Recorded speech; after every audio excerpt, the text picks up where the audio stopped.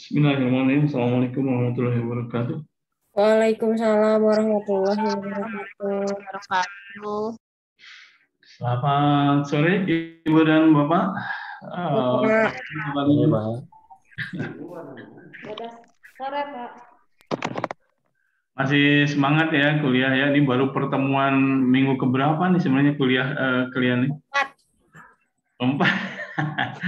Tetap masih semangat ya? Insya Allah, Pak. Tidak boleh enggak karena dipaksa harus semangat. Ya, Pak. Ya, berikutnya kita akan melanjutkan diskusi kita di metodologi penelitian. Kalau kemarin kita sudah berbicara tentang apa yang dibutuhkan di dalam metodologi penelitian, sampai kemudian secara logik Ibu dan Bapak diarahkan untuk memanfaatkan seluruh teori dan ilmu tentang berpikir logis supaya kita tidak sesat pikir gitu ya, logical fallacy kalau dibilang ada sesat pikir. Jadi jangan heran kalau misalkan nanti ada orang yang mengatakan wah ini Anda salah nih berpikirnya. Itu namanya itu sebenarnya kasarnya dia ngomong bahwa Anda sesat pikir gitu ya. Logical fallacy. Lalu kemudian saya punya teman orang IT juga sama cara berpikirnya berpikir ya logis gitu ya. Lalu kemudian saya lihat status WA-nya lucu. Ditulisnya dia logical fallacy. Lalu saya bilang, wah siapa yang logical fallacy? Akhirnya dia cerita di tempat kerja karena di rapat ada orang yang sudah dikasih tahu fenomenanya seperti apa, faktualnya seperti apa, tapi keputusan yang diambil nyeleneh dia bilang. Jadi itu logical fallacy bagi saya. Ini luar biasa gitu ya. Nah, kita mempelajari metodologi penelitian salah satunya adalah itu, jangan sampai kemudian kesimpulan kita berusaha untuk menghindari kesimpulan yang kita ambil itu tidak menyalahi cara berpikir orang kebanyakan gitu ya.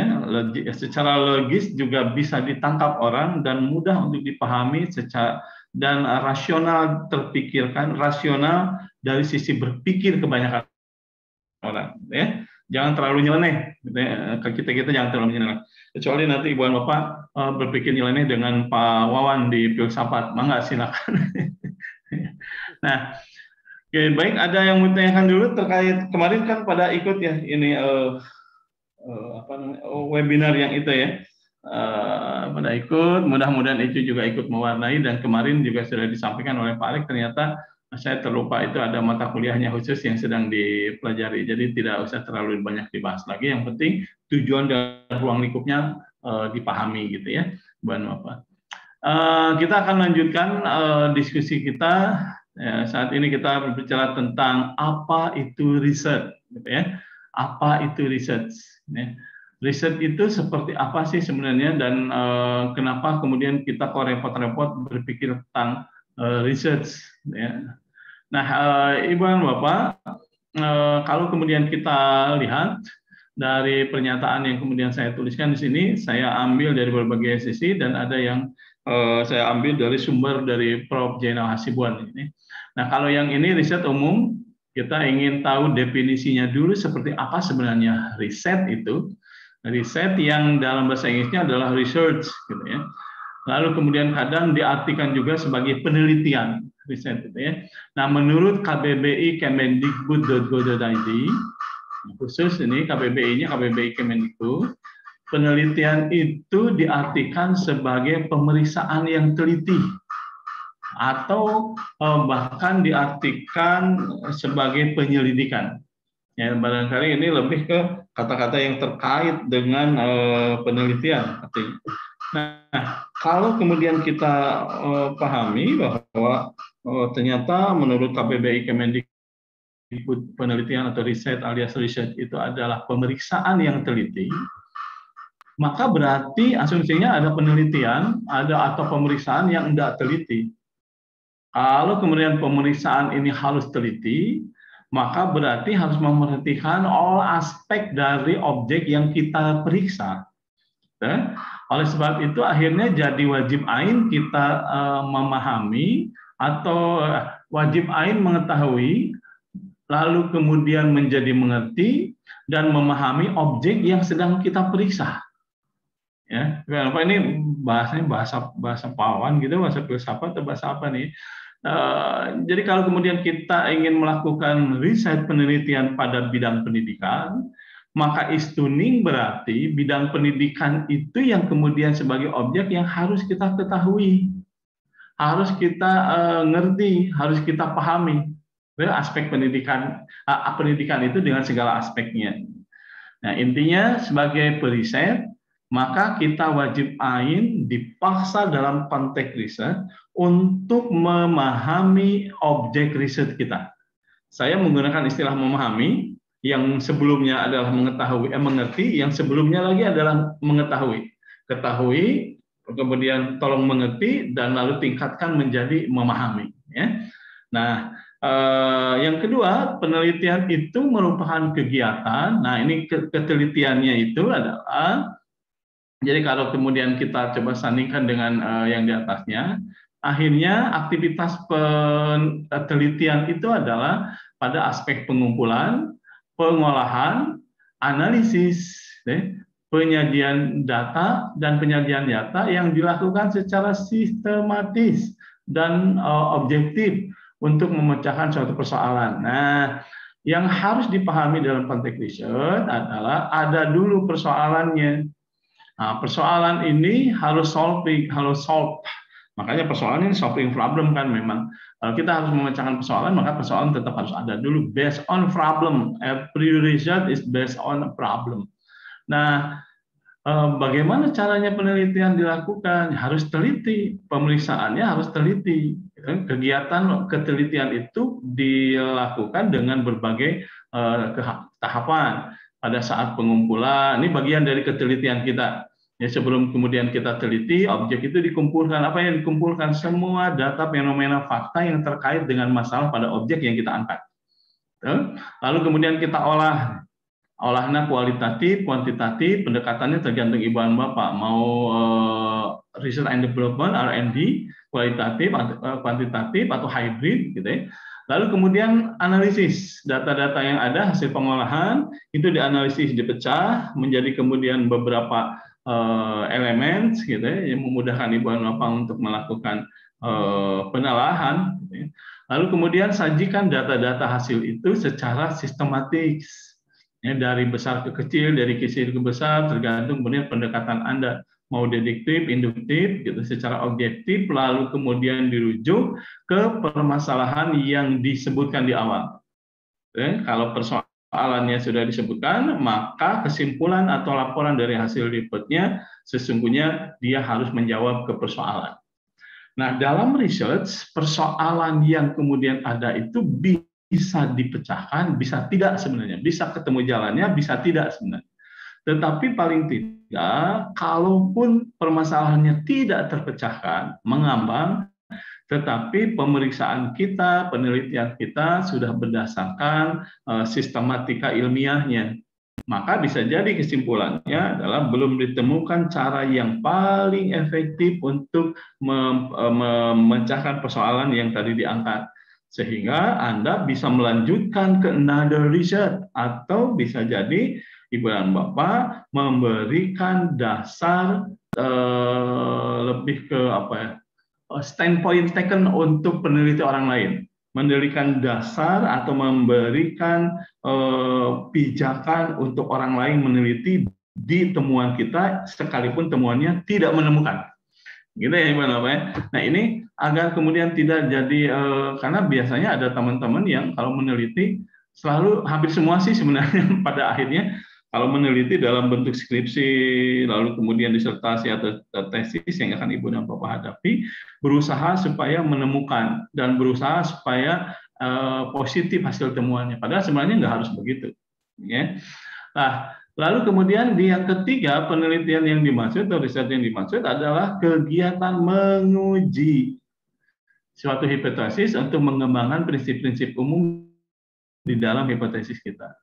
Nah, dari dari pendapat ini, kalau kemudian kita mengikuti apa yang disampaikan oleh KBBI Kemendikbud, harusnya kita bisa mendapatkan kesimpulan dari apa yang dimaksud dengan penelitian, ya, bahwa dia adalah pemeriksaan yang teliti, terutama pada saat pengumpulan, pengolahan, analisis, penyajian, dan juga menguji apa yang kemudian kita simpulkan.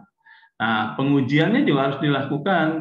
Apakah kalau hasilnya model, apakah kemudian hasilnya model atau kemudian framework, gitu ya? Bisa model, bisa framework, bisa skema, gitu, bisa ini maunya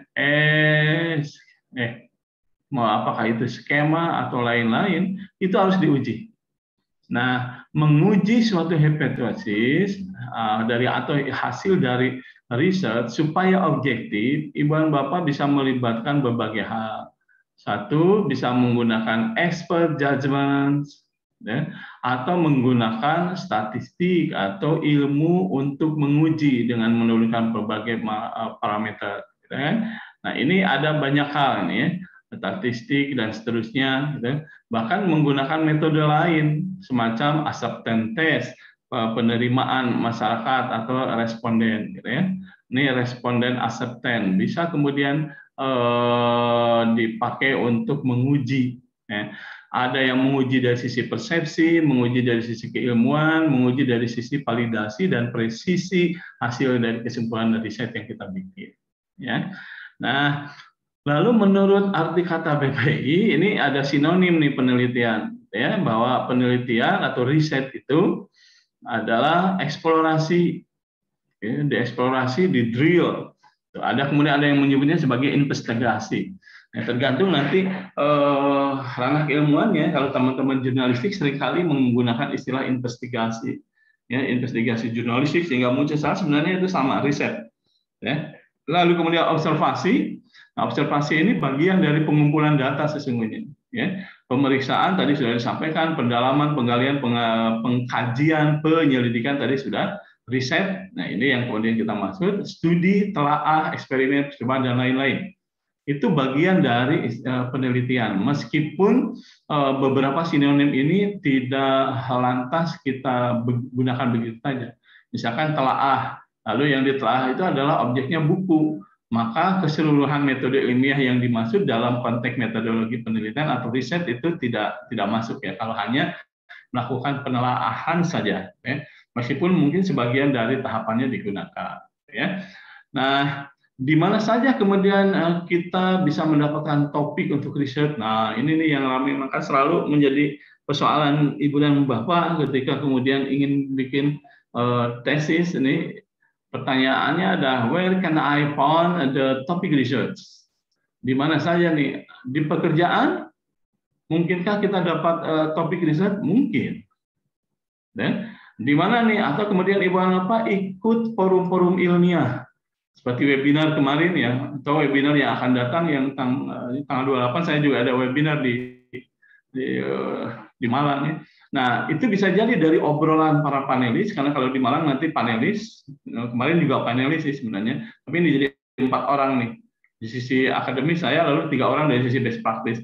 Itu nanti Ibu dan Bapak kalau perhatikan, jangan-jangan ada pernyataan atau pertanyaan yang dijawab oleh panelis, bahkan meninggalkan jejak pertanyaan lain, gitu ya.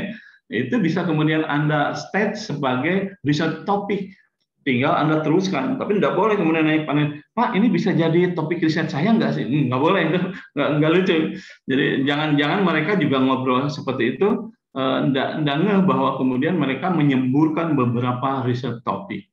Ibu dan Bapak yang nanti harus catat keywordnya ini, lalu kemudian hubung-hubungkan sampai kemudian Ibu dan Bapak melihat fenomena yang ada, lalu faktual yang terjadi di masyarakat dengan apa yang ada di pikiran Anda, lalu kemudian rumuskan ini harusnya seperti apa. Kalau ada gap, nah, baru kemudian Ibu dan Bapak bisa angkat sebagai permasalahan. Tetapi topik riset dengan permasalahan beda. Oke, topik riset dengan permasalahan beda. Mau sarang judul mah, gitu ya. Nah, kalau di mahasiswa S1 kadang, Pak, boleh nggak saya, katanya kan Bapak kemarin sudah pernah menyampaikan judul-judul riset yang bisa dipakai untuk saya skripsi. Saya bilang, saya nggak pernah. Pernah Pak kata teman-teman, bohong pasti teman-temannya. Lalu temannya datang, kan Bapak pernah Pak, saya sekarang lagi bimbingan nih sama Bapak di WA. Kamu salah, yang saya sampaikan itu bukan judul riset, tapi topik-topik riset. Misalkan, silakan yang mau ini topik riset di bidang auto notification, dua di bidang business and IT alignment, khususnya di readiness. Gitu. Itu topik-topik saya nyampeinnya. Gitu. Nah, permasalahannya harus dicari dulu. Kalau semuanya dari saya, enggak, saya yang mengerjakan, kan harusnya gitu. Nah, jadi yang dilihat ini, yang dicari oleh Ibu dan Bapak itu topik dulu. Belum sampai ke judul. Judul mah setelah ujian pun bisa berubah. Tapi topik mah enggak. Jadi contoh topik misalkan IT, sosial IT. Pemanfaatan IT untuk isu-isu sosial dan organisasi. Di sana lalu Anda cari nih permasalahannya Anda, baru kemudian diangkat dan nanti bisa jadi judul. Jadi topik dulu. Nah, di machine learning kira-kira apa machine learning untuk pendidikan? Education and machine learning itu seperti apa sih sebenarnya yang ada di sana, permasalahan yang belum terselesaikan. Jadi yang harus Ibu dan Bapak cari dulu adalah topik, termasuk di scientific publication, semacam paper. Nah, kalau Anda ingin kemudian cari paper, maka kemudian Pak nyari paper itu yang bagus yang kayak gimana? Seringkali ada yang bertanya begitu. Untungnya nggak nyari di mana. Kalau nyari di mana mah ya nyari aja di internet gitu ya. Persoalannya nyarinya bagaimana supaya Ibu dan Bapak gampang mencari paper. Please, Ibu dan Bapak punya topik dulu.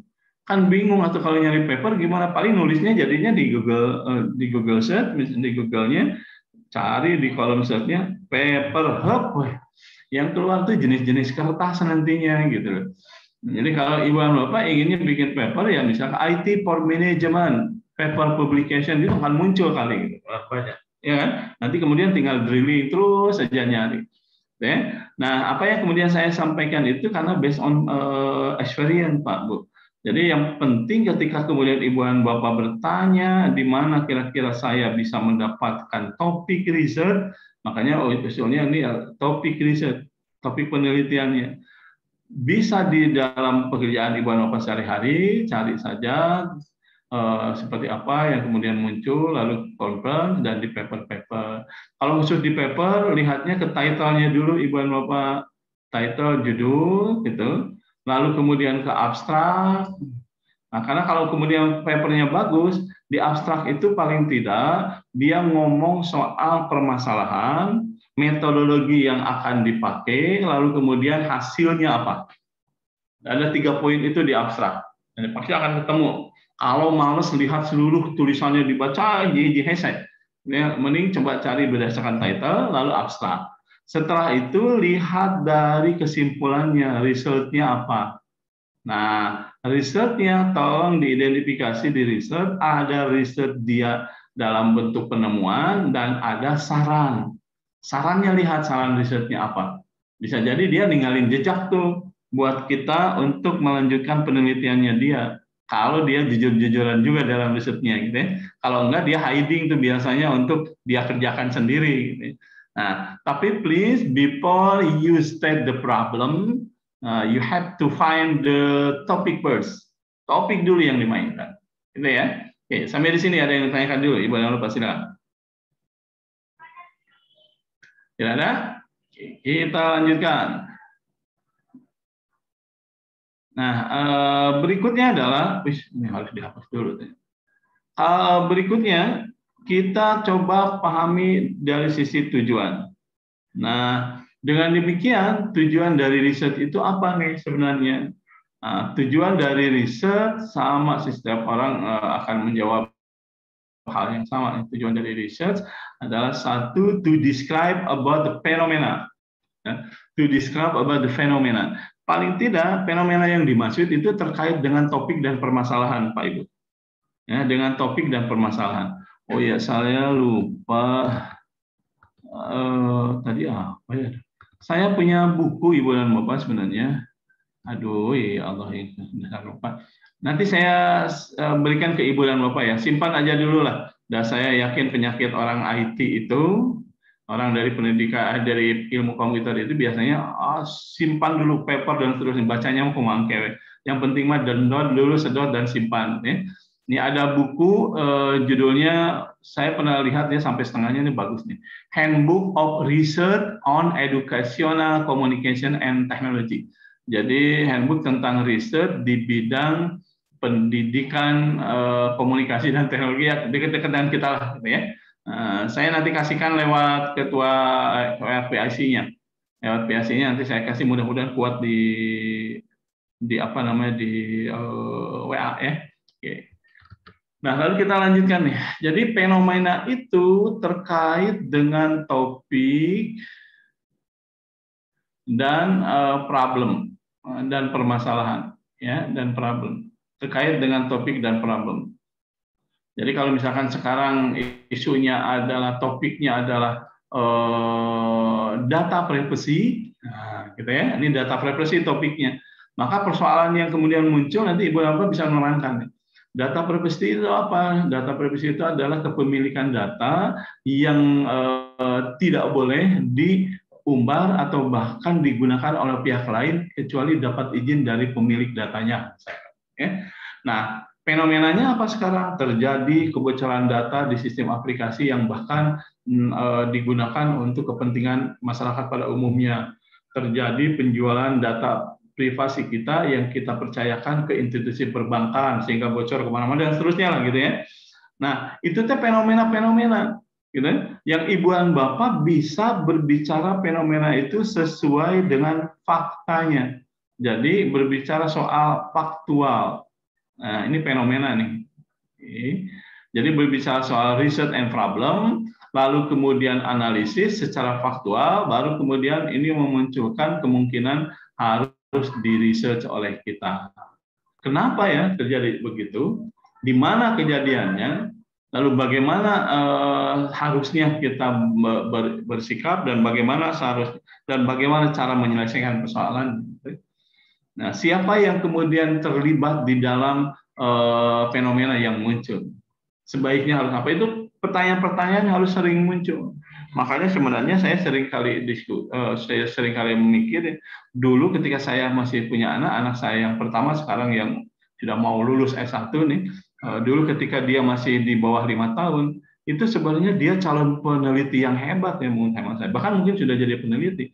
Karena setiap kali jalan-jalan dengan saya dan ibunya itu selalu banyak pertanyaan. Ya, lihat bulan setengahnya, ya kenapa ya? Kok bulannya jadi segitu? Udah dulu mah bulat. Pernah dilihat sama teteh, aduh ingin nyelangkannya kumaha.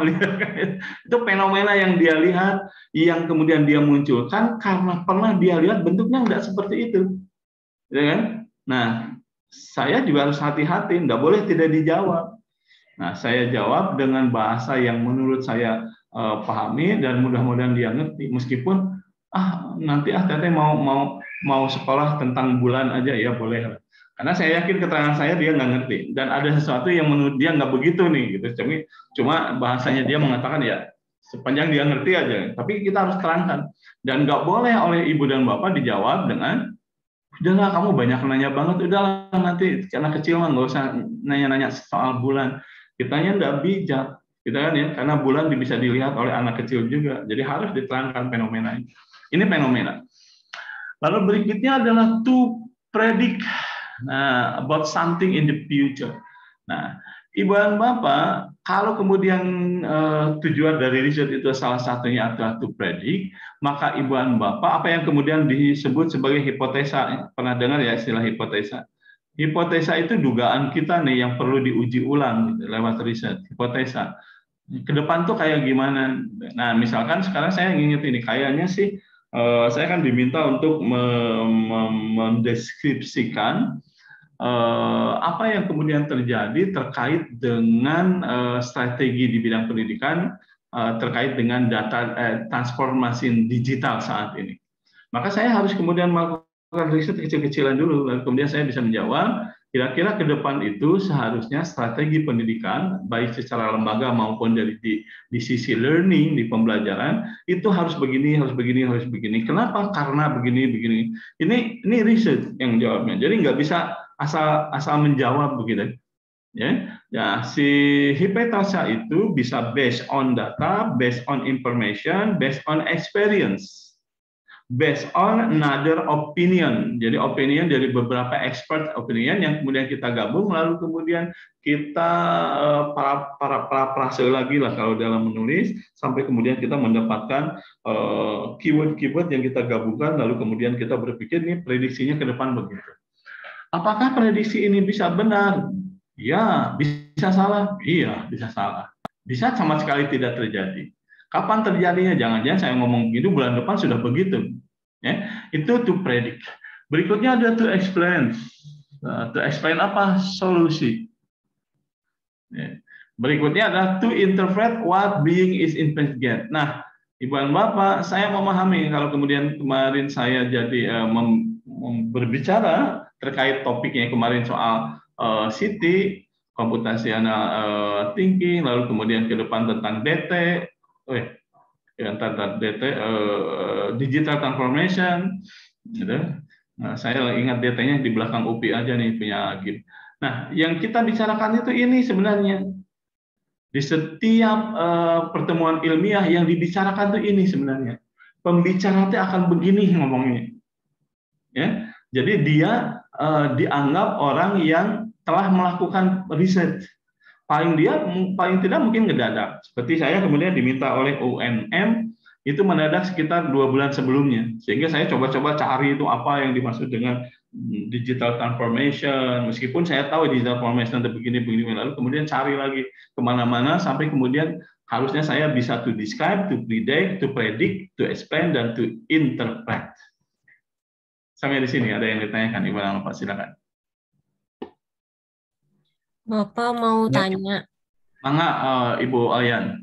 Iya, jadi kan kalau di S1 itu waktu itu pembimbing saya teh Pak Harsa sama Pak Yudi. Nah, itu minimal tujuan dari kan biasa di bab 1 Pak ada tujuan, ada manfaat dan lain-lainnya Pak. Nah, Ya. tujuannya minimalnya harus eh 4 atau 5 gitu. Nah, kalau di si di 45 dan 45 apa tuh, Bu ya, Alian? jadi ada tujuannya ini, B ini, 3 ini, 4 ini, kayak gitu loh Pak, dijabarinnya gitu. Nah kalau misalkan Ya. di disertasi, astagfirullah, di tesis sendiri itu ada kayak gitunya, Tesis belum sekali disertasi itu. iya tesis Pak maksudnya. Nah, kayak gitu atau gimana gitu Pak, ada minimal atau maksimal gitu-gitu deh Pak. Jadi pertanyaannya itu naon, boleh? Iya itu maksudnya minimalnya ada enggak Pak? Ya Oh, teh ya. si tujuan si itu. Ya. eh Kalau terkait mini, saya tidak tahu nih minimal yang dimaksud apa ya. Tetapi biasanya itu terkait dengan rumusan masalah. Kalau tujuan akan mengikuti rumusan masalah yang ada, ya. Misalkan kan di bab 1 itu biasanya ada latar belakang ya, Bu Ya, ya. betul, Pak. Latar belakang, latar belakang masalah. Saya mau tanya langsung ke Ibu nih. Hmm, Kan dulu saya sudah minta ya Ibu untuk dan teman-teman yang lain untuk baca. baca bab 1 skripsi masing-masing, gitu ya. Iya, Pak. Nah, Ibu isinya apa nih? Apa yang Ibu isi di latar belakang? Kalau saya sendiri, Isinya apa? apa namanya teh, karena ngeliat siswa eh, masih tidak mengerti dalam konsep pengurutan gitu, Pak. Nah, jadi saya bikin media yang bisa menaikkan nilai gitu si anak ya maksudnya anak sekolah gitu untuk khususnya di pengurutan algoritma gitu Pak. Algoritma sorting algorithm. Ya Jadi, betul Pak, nah terus kemudian latar belakangnya apa yang ditulis? tentang Ini latar belakang apa sih? Latar belakang masalah ya, kalau nggak salah ya. latar belakang penelitian. Oke, boleh latar belakang penelitian. Isinya apa sebenarnya latar belakang penelitian itu? Ya jadi dikasih tahu kalau misalkan nilai khususnya di Bukan. Di tulisan deskripsi Ibu, kalau kemudian Anda bertemu dengan 1.1 latar belakang ya masalah, latar belakang penelitian, itu isinya apa kira-kira?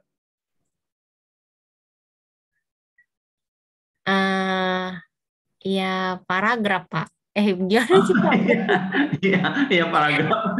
Nyeritain tentang apa? Nanti saya tanya Iya, lagi paragrafnya induktif atau deduktif gitu ya. Yang diceritain apa sih sebenarnya latar belakang masalah? iya tentang yang tadi disebutin Pak. Yang itu terus tentang Ya, sekolahnya. kan gini, Ibu Heeh. Olian itu punya topik. Ya, Topiknya adalah apa tadi mata pelajaran algoritma khususnya di materi sorting algorithm ya betul Pak. yang masalahnya adalah sulit dimengerti misalkan oleh Ya, anak gitu ya. ya betul Pak. Nah, apakah itu permasalahan? Nah, lalu kemudian ibu harus menuliskan nih paragraf-paragraf di sini, Ya, lupa seberapa halaman di sana kan gitu. ya Sebelum ibu membuat rumusan yang kedua ya, apa 1.2 itu rumusan masalah. ya rumusan masalah Pak. Oke, harus dirumuskan tuh masalahnya teh, gitu ya. Secara Ya, umum sebenarnya itu latar belakang masalah. Ini juga masalah. Ayo, masalah terus kan ya. ya. Nah, yang ibu ceritakan itu di sini apa sebenarnya di latar belakang masalah sampai kemudian ibu bisa merumuskan permasalahan. Ah, bentar Pak lihat lagi Pak. Secara umum aja, secara umum nggak usah dilihat-lihat dulu, secara umum. Yang isinya apa sih mestinya kemudian di latar belakang masalah itu?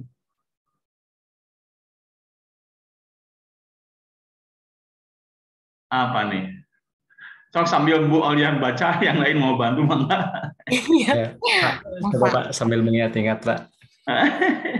Nah, di latar belakang masalah itu topik masalah yang diangkat Pak, topik yang masalah yang diangkat kemudian didukung oleh penelitian-penelitian sebelumnya mungkin yang Oke, topiknya sama, kemudian ada muncul juga solusi yang mungkin menjadi solusi apa ya? Model yang mungkin jadi solusi. oke, apalagi udah ya gitu ya. Oke. Nah, ini Itu. sudah mulai menjurus nih, Bu Olian dan teman-teman yang lain. Latar belakang masalah itu tidak boleh keluar dari topik yang kita angkat. Ya, itu satu.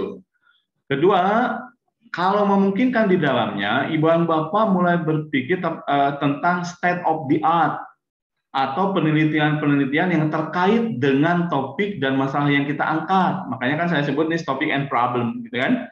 Harus nih. Untuk apa? Agar ibu dan bapak tidak merasa sendirian di wilayah itu supaya terkeung. Kedua, agar ibu tidak mengulangi penelitian orang lain yang persis. Topiknya persis mungkin, permasalahan yang diangkat persis mungkin kayak ibu nih. Nah, permasalahan ibu ini yang diangkat adalah bagaimana caranya meningkatkan paham mahasiswa, misalkan dari kognitif ya siswa, faktor kognitif mahasiswa untuk mata pelajaran algoritma khususnya pada materi pengurutan. Terus solusinya ibu apa? Bikin media pembelajaran yang ibu menganggap bahwa pembelajaran manual dengan cara ceramah dan menggunakan papan tulis itu belum menjawab tingkat kepemahaman siswa terhadap materi algoritma pengurutan Ya gitu ya betul kan ya Pak. Bu Oya. Nah, jadi topik bisa sama, permasalahan yang diangkat bisa sama, dan khususnya studi kasus sama lagi. Ini persoalan kalau sama banget. Nanti Hmm. bisa dikompar kontras. Nah, studi kasusnya misalkan ibu kan pasti studi kasusnya di sekolah tertentu, Iya semua betul. kelas enggak, misalkan kelas 7, 8, 9, misalkan kelas 9 aja kalau itu SMP. Kalau di SMA kali ya, Di kelas SMK 10 Pak. misalkan. Kelas 10 itu ada 11 kelas, yang mana? Ya. Nah, saya misalkan tanya ke Bu Olian, Ibu pakai kelas eksperimen atau ada kelas kontrol? Eksperimen Pak. Nah, nggak pakai kontrol kan ya? Enggak. Nah, itu kebanyakan stereotipnya anak-anak pendidikan ilmu komputer yang sering saya kritisi.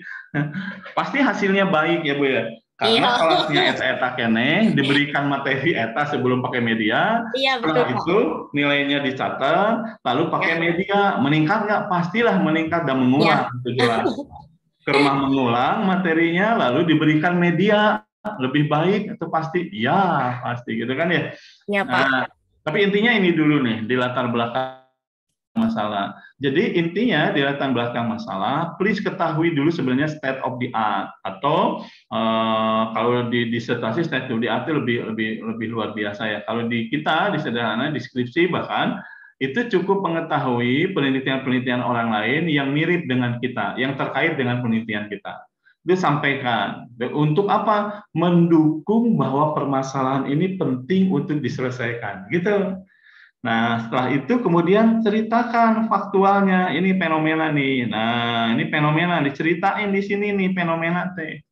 Gimana nyeritain fenomena? Ya tetap secara paragraf dan namanya juga tulisan. Ya, tapi apa yang diceritakan di sana adalah menurut teori pendidikan, dari sisi kognitif, setiap kali kemudian anak selesai mengikuti suatu pelajaran apapun, maka sebenarnya pemahaman kognitif mereka harus meningkat. Caranya gimana? Dievaluasi, hasil evaluasinya bagus tidak, dan terusnya gitu. Lalu ada fenomena, ternyata, nah Ibu mulai masuk nih ke topiknya, algoritma sorting. Nah, nanti kan ditanya, kenapa dari algoritma yang ditanya kok algoritma sorting, kenapa nggak searching algoritma, gitu kan ya? Kan Iya, banyak betul. nih algoritma teh. Nah, saya mah di sorting. Alasannya kenapa sorting itu sulit? Nah, dukung dengan cerita orang lain. Nah, kalau bisa jangan menurut saya sendiri. Jadi hindari kalau di tulisan, menurut saya algoritma sorting ini yang paling susah, nggak boleh. Harus based on research. Gimana caranya? Aduh Pak, saya lihat ke yang lain penelitian yang sama dengan saya yang khusus di bidang sorting algoritma itu cenderung nggak ada. Tanda kutip ya, nggak adanya kan tergantung kedua tidaknya kita mencari data atau ketemu atau tidaknya. Kalau enggak, Ibu dan Bapak di sini itu sudah mengeluarkan preliminary atau jangan preliminary ya, penelitian awal. Paham nih, penelitian awal dulu. Penelitian awal. Saya yakin Bu Alian mungkin begitu. Iya, Penelitian awal dalam bentuk pakai survei. apa? Pakai survei. Survei, pakai istilahnya mah preliminary investigation, survei dulu buat kuesioner gitu ya, atau penelitian berdasar primary research, justru jelas data primernya didapat oleh Ibu, bisa karena kalau di penelitian awal ini bisa primer bisa sekunder. Ya, kalau sekunder berarti hasil penelitian orang lain dipakai. Gitu ya. Kalau primer berarti kita yang searching, apapun caranya gitu. Oh, ternyata Pak ini terlihat tuh berdasarkan data yang saya peroleh melalui observasi dan wawancara, bla bla bla bla bla. Ternyata tingkat paham siswa berdasarkan nilai bla bla bla bla bla itu cenderung menurun terus setiap angkatan khusus untuk materi sorting algorithm. Itu tes subjektif, tapi jadi dasar untuk latar belakang penelitian. Ya, Paham ya, Bang? Ini yang kadang jarang dituliskan oleh mahasiswa ketika bikin latar belakang masalah. Jadi dia harus menyebutkan fenomena. Nah, fenomenanya apa? Sampai kemudian Ibu dan Bapak bisa menyampaikan problemnya. Nah, problemnya yang mana nih? Kalau di Ibu, problemnya sudah jelas. Ada sisi kognitif siswa, gitu ya, kognitif. Lalu kemudian yang ternyata tidak ideal dengan tujuan dari pembelajaran sorting algoritma. Tahunya dari mana? Ketika dievaluasi khusus di mata materi ini ternyata tidak bagus. Lebih gila lagi kalau ternyata berdasarkan data 3 tahun ke belakang gitu untuk materi yang sama di kelas yang berbeda yang bahkan anak-anak sudah lulus itu cenderung nilainya sampai ke sini itu naik-naik gunung tapi cenderung banyaknya turun terus gitu dari secara kuantitatif. Nah, baru kemudian jelas berdasarkan paparan di atas kan gitu biasanya penutup di latar belakang, maka penulis suka-suka nyebutin penulis nih berinisiatif untuk mengambil judul skripsi bab pembuatan multimedia pembelajaran untuk peningkatan pemahaman siswa pada mata pelajaran algoritma khususnya pada materi algoritma pengurutan gitu ya Bu ya. Nah pasti begitu larinya. Nah setelah itu dirumuskan nih, nah, sebelum ketujuan nih, dirumusin. Kalau di saya cenderung kemudian sepakat tuh A, B, C minimal ada 3, paling tidak 2 lah gitu. Misalkan sederhana bertanya boleh deh, pertanyaannya apa, what, gitu. Misalkan faktor kognitif apa yang akan diteliti terkait dengan bla bla. Misal ini misalnya. Nah, lalu berikutnya ngomong soal how. Nih how yang paling bagus, ya paling tidak how lah. Tapi hindari kalau how itu biasanya bagaimana gitu kan ya, media pembelajaran dengan model genre game itu dapat dibuat untuk menyelesaikan permasalahan dan seterusnya. Nah, ini harus hati-hati. Kalau pertanyaannya what, jawabannya apa kira-kira? Kalau pertanyaan apa, ya kadang-kadang ada yang begitu. Karena pertanyaan kebanyakan sih bagaimana, apa juga boleh. Kalau pertanyaannya apa, maka jawabannya adalah list. Daftar dari yang ditanyakan. Apa yang dibutuhkan? Jawabannya adalah daftar yang dibutuhkan. Biasanya melalui apa ini? Biasanya ini literatur yang ngomong. Tuh, kalau mau enak literatur. Kalau enggak, yaitu tadi penelitian-penelitian yang kalian kemudian lakukan secara primer, gitu ya, dan seterusnya. Nah, kalau pertanyaannya bagaimana, jawabannya apa? Ya, runutan gitu, Pak. Ya, rumusan. Tapi kalau bagaimana itu, jawabannya adalah cara. Ya, runutan caranya. Runutan atau step gitu ya, apa yang dilakukan orang itu bisa kemudian tergantung kalian nih caranya gimana. Karena saya pakai metode ini, maka caranya mengikuti metode ini gitu ya. Tapi karena kemudian saya inginnya membangun, mengimplementasi, lalu kemudian menguji gitu medianya, maka langkah-langkah itu kemudian dituliskan dalam desain penelitian kita di bab 3. Betul apa iya? Gitu pokoknya. Ya, Nah, gitu ya. Lalu kemudian bagaimana tanggapan siswa, ini yakin kayak gini nih. Bagaimana tanggapan siswa terhadap media? Tahu lah saya ada. Itu mesti tiap anak mahasiswa pendidikan dari awal sampai sekarang kayak gitu semuanya gitu. Bener, Pak. Nah, bagaimana tanggapannya? Nah, ini itu yang ini gitu. Baru kemudian nanti dijawab Bu di dalam tujuan. Ya, betul, Pak. Nah, berapa banyak tujuannya? Ya, tujuannya sebanyak pertanyaan itu. Siapa? Jadi pertanyaan itu bisa jadi langkahnya gini jawabannya. Satu, jawabannya ikut ini nih, to describe, to predict, to explain, to interpret, to analyze, to develop, gitu, to evaluate, begitu. Tapi karena Bu Olian guru bukan? Bukan, Pak. Nggak apa-apa nih kalau bukan gini. Jadi di sini harus pakai hot, high order thinking skill kalau bisa di sini. Misalkan to analyze, untuk menganalisis apa yang dibutuhkan, bla bla bla bla bla, gitu kan ya. Kedua, untuk kalau misalkan bagaimana caranya untuk membangun atau mengetahui cara membangun multimedia berdasarkan diagram yang benar, gitu. Jadi jangan untuk mengetahui, untuk mengetahui itu sederhana banget tuh. Apalagi pertanyaan apa yang dibutuhkan untuk mengetahui apa yang dibutuhkan. Makanya usahakan how gitu ya. Tapi jangan sampai terjebak menuliskan, walaupun boleh, tapi berat nanti jawabannya. How far? Seberapa jauh pengaruh bla bla bla bla. Kalau pertanyaan seberapa jauh, jawabannya jauh banget. Saya lebih baik yang kira-kira bisa endingnya jelas kelihatan. Jangan mengatakan seberapa jauh pengaruh multimedia pembelajaran dalam faktor peningkatan kognisi siswa. Kumaha cara ngejawabnya? Kalau seberapa jauh? Sejauh mana kemudian kita menghentikan riset itu, usahakan dihindari. How far, how long, gitu kan? Itu harus dihindari. Ya. Nah, jadi tujuan ini berapa banyaknya tergantung dari rumusan permasalahan. Nah, kalau misalkan ternyata lebih, itu bisa dampak dari pengembangan satu pertanyaan, nggak apa-apa. Nah, kalau manfaat ya bagi aja manfaat bagi penulis, manfaat dari organisasi, manggawe ngecap didinya mah yang disesuaikan, tapi tebih-tebih dari rumusan sama tujuan. Iya, Pak. Begitu ya, Bu Alian ya? Ya, siap. Makasih, Bapak. Ya. Ada yang lain, silakan. Pak Alek punya yang lain tadi open mic. Sudah Pak, tidak jadi Pak. Oke, ya. Ini kira-kira. Jadi apa yang tadi ditanyakan sebenarnya semuanya mengerucut nih ke apa namanya ke slide berikutnya. Tapi kita lanjutkan dulu ya, Ibu dan Bapak.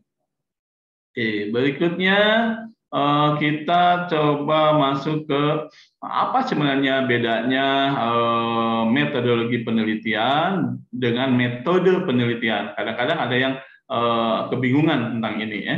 Nah, saya mencoba ngambil dari profesor saya, ini Pak Ucok, Pak Jainal Hasibuan, dari dua sisi ini, metode penelitian sama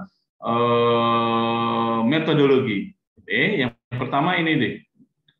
Nah, Pak Ucok menyampaikan nih, metode adalah kerangka kerja, framework untuk melakukan suatu tindakan atau kerangka berpikir kita untuk menyusun suatu gagasan yang terarah. Jadi intinya nanti metode itu pasti cara menyelesaikan masalah, pasti dia ada step to step gitu ya.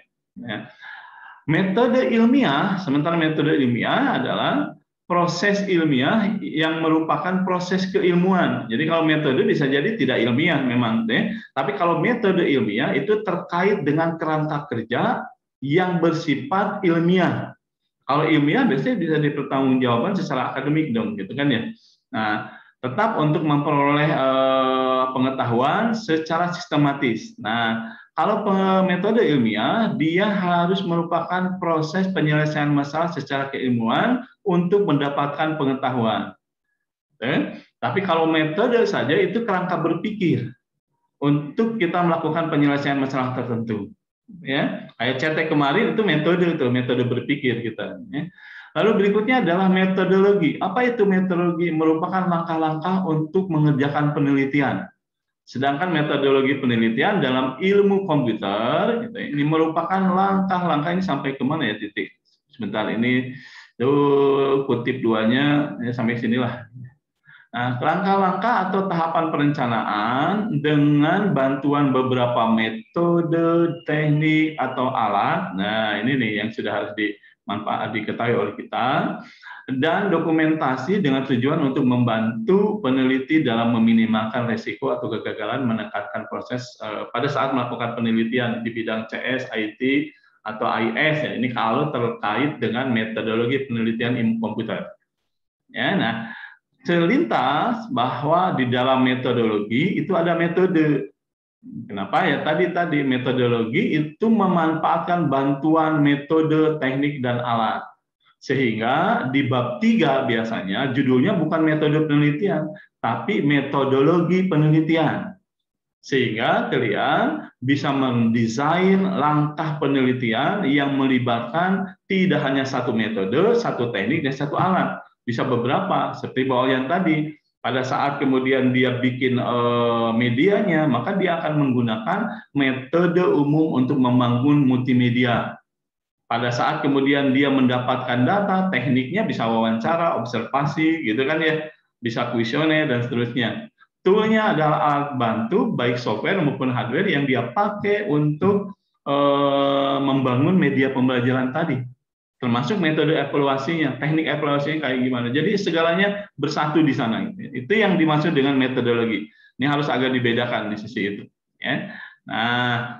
Kemudian Pak Jainal Hasibuan menerangkan lagi lebih jauh terkait dengan sumber datanya tentang metodologi penelitian ya, dan metodologi ini. Lalu kemudian dia dapat istilahnya dari luarnya. Nah, apa itu research methodology? Nah, research methodology itu adalah conceptual framework and assumption used to inform. Jadi research metodologi itu lebih kemudian framework itu langkah kerja, di dalamnya pasti ada tahapan-tahapan gitu, dan beberapa asumsi, hipotesis atau apapun yang perlu diuji kembali. Ya. Lalu berikutnya research methodology adalah elaboration of research method, paham ya? Jadi nah, tadi sudah disampaikan bahwa di riset metodologi itu ada beberapa metode yang kemudian dipakai, teknik yang dipakai, tools yang dipakai. Ya.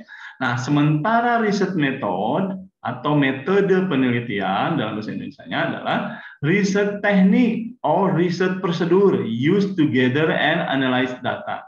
Jadi bisa jadi si riset metodologi ini lebih tendensius untuk hal tertentu.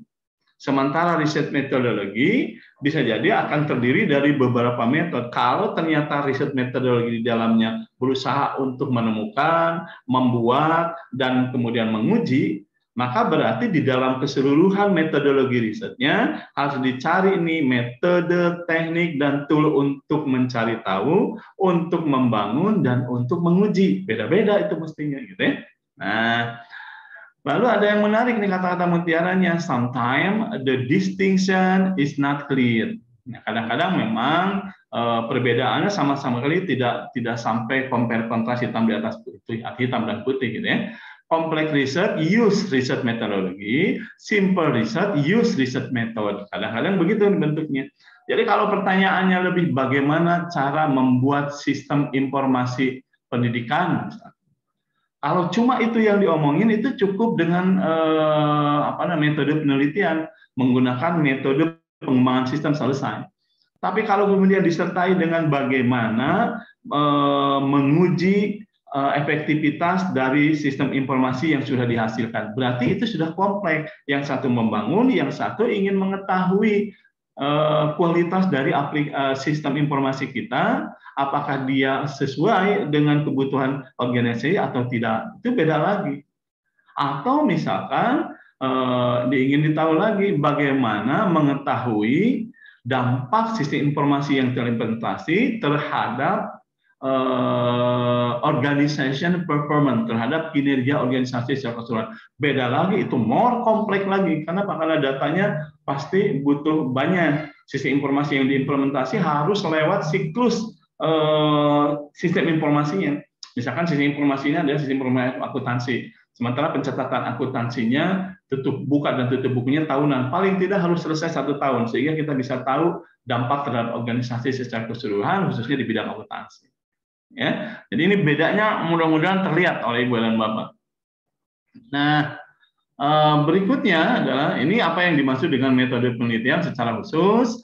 Pak Ucok menyampaikan, atau Pak Jenderal Hasibuan menyampaikan bahwa research methodology will consist of phase, tahapan, atau komponen dari tahapannya, turunan dari tahapannya, sub tahapannya, which will guide the researcher, yang akan membantu kita in their choice of method, dalam menentukan dan memilih metode apa yang cocok, teknik apa yang cocok, prosedur apa yang cocok, tool apa yang cocok, model apa yang mau dipakai, dan seterusnya nih. That might be appropriate, gitu ya, yang terkait dengan setiap tahapan yang kemudian kita buat di dalam riset metodologi. Ya. Nah, intinya begini, Bapak, supaya ini jadi kayak bingung nih. Riset metodologi itu tergantung kita. Jadi kalau misalkan di awal kita riset metodologi ini, makanya riset metodologi itu nanti harus didesain khusus oleh Ibu dan Bapak.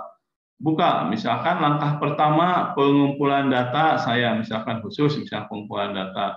Lalu kemudian analisis data, misalkan analisis data, analisis data.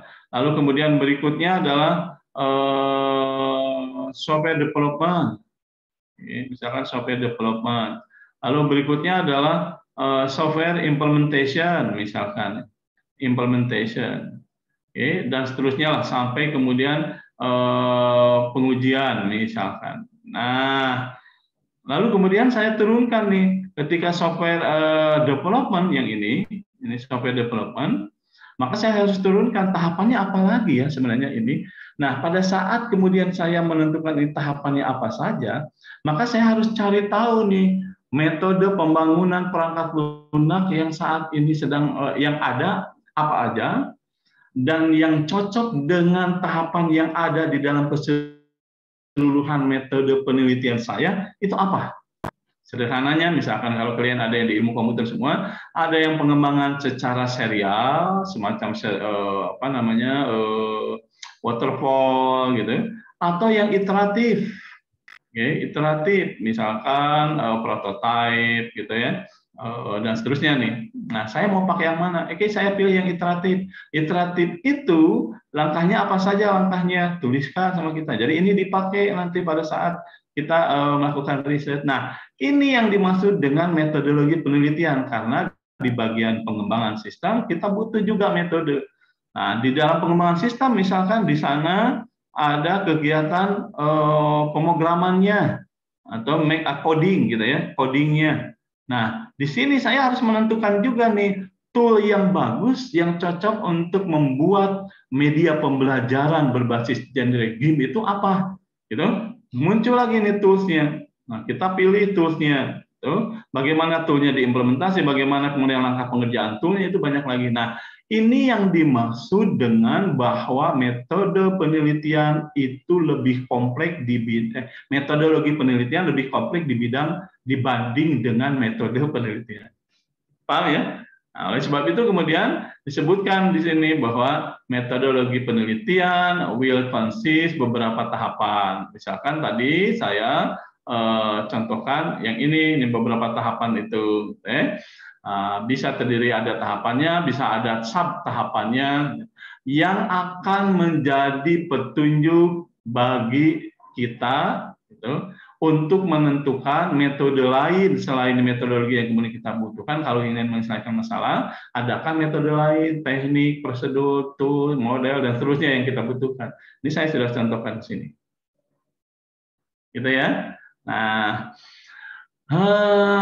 research methodology represents a way to develop research secara systematically. Mudah-mudahan terlihat ya, sistematis nih cara pengerjaannya. Research methodology represents a way to do scientific inquiry. Nah, yang ini tolong di garis bawah, ini akan khusus kita bahas di sini. Scientific inquiry. Apa sih itu scientific inquiry? Nanti kita akan bahas. Di sisi lain yang ketiga, research methodology should have a sound theoretical basis. Nah, ini yang menarik nih. Nah, tadi dicontohkan dengan Bu Olyan, di bab 1 itu di latar belakang kita bercerita semua fenomena dan seterusnya. Tapi karena kita akan mengerjakan penelitian berbasis akademik, maka harus ada dukungan teorinya. Misalkan kan sederhananya gini, aduh ini mahasiswa saya, kalau kemudian belajar algoritma pengurutan khususnya, sulit banget diajak ngomong. Gitu, pengurutan kan ngurutnya teh gampang, ngurutkan teh atau ngurutkan dari besar ke kecil, ada 10 datanya, 10, 9, 8. Kalau dari kecil ke besar 1, 2, 3 sampai 10 kan gampang. Tapi ternyata anak-anak bingung ya, meureun bingung teh karena kita sudah ngomong bubble sort tekniknya begini, gitu ya, udah mulai nih. Lalu kemudian apalagi nih, lupa lagi nih, bubble sort, terus apa lagi? Bu Olyan masih ingat, masih lupa? Binary sort, mungkin ada binary search sebenarnya itu ya. Nah, ketika kemudian banyak, lalu kenapa sih anak-anaknya bingung? Apanya saya dibingungkan? Dia nggak ngerti banget nih sebenarnya. Nah, lalu kemudian setelah itu, karena kita akan meneliti secara akademis, cari dukungan teorinya apa itu teh. Pemahaman itu dukungan teorinya apa? Ternyata kalau kita ngajar kan terkait dengan kognitif, psikomotorik, dan afektif. Nah, ini teh dukungan teori apa nih? Ini mah soal kognitif. Cari kognitif itu apa? Bahkan cari hese-hese, Bloom gitu nih. Kayak Bloom ini ngomongnya apa sih tentang pembelajaran? Kan ini soal pembelajaran. Cari dukungan teorinya. Harus ketemu. Kalau tidak, Ibu Bapak tinggalin nih, terutama di skripsi dan tesis. Kecuali Ibu Bapak di disertasi. Kalau belum banyak yang membuat teorinya, Ibu dan Bapak buat teorinya. Sehingga jadi keilmuan baru, itu disertasi. Tapi kalau Ibu dan Bapak dengan kompleksitas seperti yang ini, yang tadi saya gambarkan, itu sudah bisa dipakai untuk tesis yang ini. Ada metode. Jadi Ibu dan Bapak ngarahnya ke metodologi penelitian, bukan metode penelitian. Paham ya? Ya metode penelitian itu cuma satu aja nih. Nah, mau tidak mau apa yang disampaikan Bu Olyan tadi di rumusan permasalahannya, rumusan penelitian itu harus mencerminkan kompleksitas sehingga cocok menjadi metodologi penelitian karena di dalamnya dibutuhkan ada metode khusus untuk menyelesaikan A, ditambah teknik khusus untuk menyelesaikan B dan seterusnya gitu. Jangan sampai ABC hanya bisa diselesaikan oleh satu metode. Itu mah ya S1 lah sebenarnya. Walaupun begitu S1-nya kan di Bu Olyan juga ternyata metodologi, bukan soal metode. Bab 3-nya apa Bu Olyan judulnya? Masih ingat, masih lupa? Sok teh ngali deh itu kasih websinya.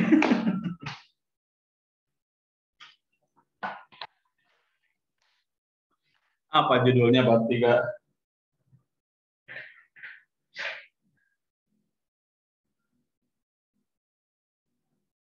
Lupa hikmah, lupa sebelah tahunnya ya, satunya itu bahayanya lupa ya. Pak Suratno dulu bikin skripsi juga kan? Bab 3-nya apa Pak Sur? Iya Pak, dulu bikin skripsi. Bab Iya. 3-nya di metodologi penelitian kalau nggak salah Pak. Nah, tuh kan mulai nggak salah. Udah lama salah Pak. Nanti Ibu Nova mesti compare kontras ya diskusi kita di mata kuliah ini dengan apa yang Ibu dan Bapak kerjakan minimal di skripsi yang kemarin. Kalau saya nerangin ini di S1 itu sulit minta ampun nih, karena waktu kalian keluar dari sekolah menengah itu nggak bikin riset seperti ini kan ya. Nah itu cari di UPI kalau tidak salah, saya juga ikutan Pak Suratno aja, tidak salah. Bab 3 itu metodologi penelitian. Oke, tapi yang seperti apa? Itu harus scientific inquiry. Oke, kita lanjutkan dulu ya, Ibu dan Bapak, supaya makin mengerucut diskusi kitanya, gitu ya. Nah, berikutnya, berikutnya,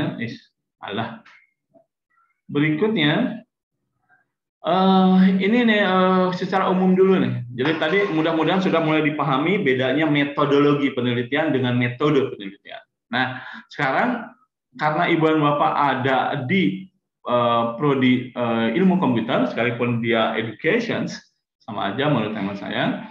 Nah, kita akan berbicara soal the nature of research in computer science, information system, information technology pada umumnya. Dan nature-nya secara alami itu seperti apa sih sebenarnya? Ya, sehingga Ibu dan Bapak ketika kemudian tadi bertanya topik riset itu di mana saja kita dapat, sebelum kemudian tadi disebutkan tempatnya, di tempat kerja, di seminar-seminar ilmiah, di dalam karya-karya ilmiah dalam bentuk buku, paper dan seterusnya. Tapi sekarang kemudian Ibu dan Bapak harus lihat dulu nih, kita nature of research di bidang kita ini seperti apa. Pertama, misalkan research in computer science often requires experimental, seperti Bu Ok tadi, eksperimen, ya, experimental design as well as theoretical basic research. Jadi bentuknya basic research.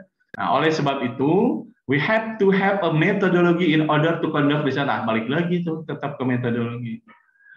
Science approach-nya biasanya adalah new knowledge atau theoretical knowledge. Ada new knowledge dan theoretical. Ini science approach-nya, ya.